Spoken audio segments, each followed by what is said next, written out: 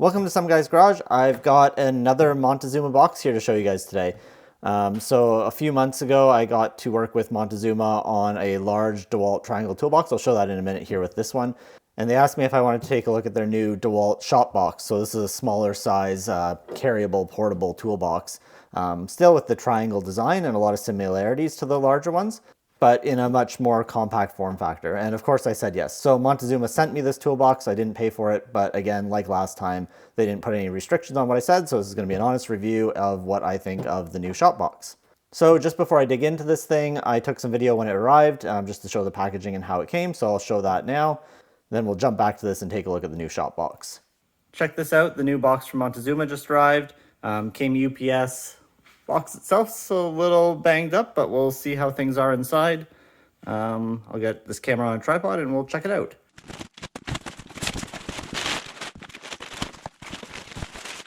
Okay, there we go out of the box anyway. It's all foam padded here, so we'll get into this now. Cut some of this back. And we're still inside plastic packaging here, so we'll open that up as well.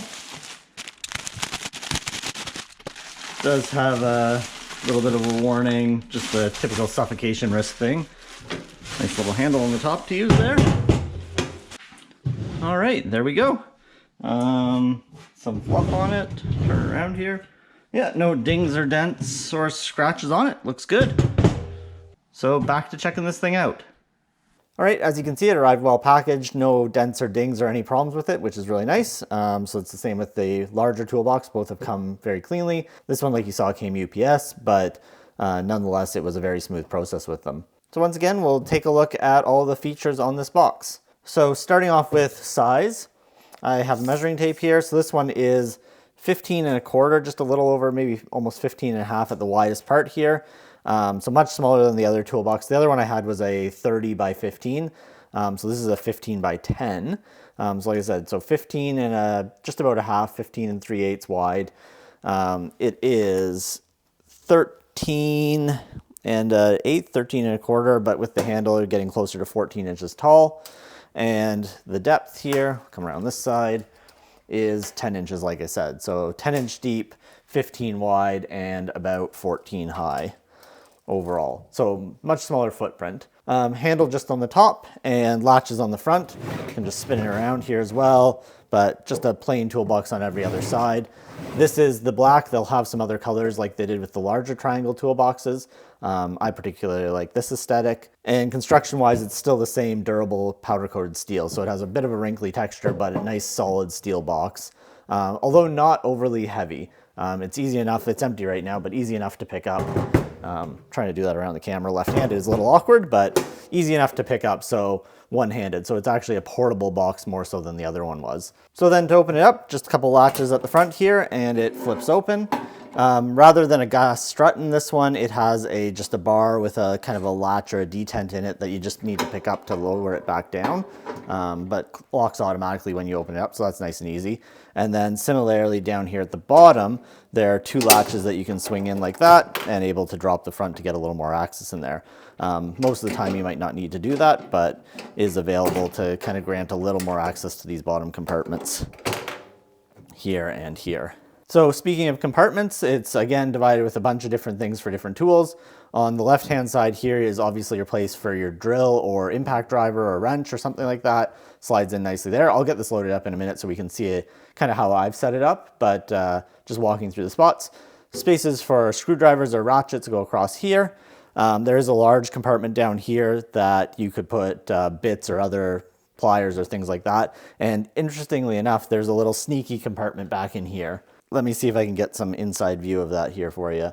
Be a little dark, but there is a kind of sneaky little compartment back here that you could hide some stuff in that connects to the wrench spot up here. And then on the right hand side, you have places for wrenches. So your regular combination wrenches across the top, there's 5 pegs there. And then below that, you have spots for sockets. So you have 10 across the top here with slightly larger pegs and 12 across the bottom here with slightly smaller pegs that can fit probably a full set of, let's say 3/8 or 1/2 inch drive sockets there. Below that, there is a front compartment here, kind of few inches deep and wide and high, but no extra like things other than a lip to keep stuff from sliding out. And then another similarly sized compartment down here. So lots of storage space for all sorts of different tools inside the box. So I pulled out the bigger Dewalt triangle toolbox that I previously reviewed here. And as you can see, there's a big size difference. This thing is much larger, being the 30 by 15 deep. And I think it was 17 tall or something around there, but much bigger toolbox here compared to the new shop box. And when you look inside, we'll slide this open here. Get the other one open. You can see some similarities in the design. So they do both have a spot for drill with screwdrivers or sockets or more up here, along with another screwdriver spot here. And then obviously the selection of pegs for your socket set is much wider here. This I was able to get half, 3/8, and quarter drive in shallow and deeps. This is probably more suited for just one drive size, maybe imperial metric across here. And then again, more wrench selection up here than this one. But of course, being such a big box, compared to this one, this is not portable. So this would be something you'd use in your garage as your kind of main socket set toolbox for that. Whereas this would be a nice portable toolkit for specific purposes. And I have a really good one in mind here that I'm going to show you in a minute. But like I said, the construction's the same. You can feel the metal is the exact same metal that they use between these both. So just being a smaller box doesn't make it less durable or anything like that. And if you can remember, there was a seal in the top of this box to keep weather out. And similarly with this box, there is still a seal or a bit of foam gasket there. Maybe not to make it fully watertight, but at least to keep the dust out of the toolbox and your tools clean and safe. So even though this is a smaller size, I think this can still be really useful. So let me get it loaded up with the way I think I'm going to kit it out. And we can talk through what I've done here to make this what I think is a very usable toolbox.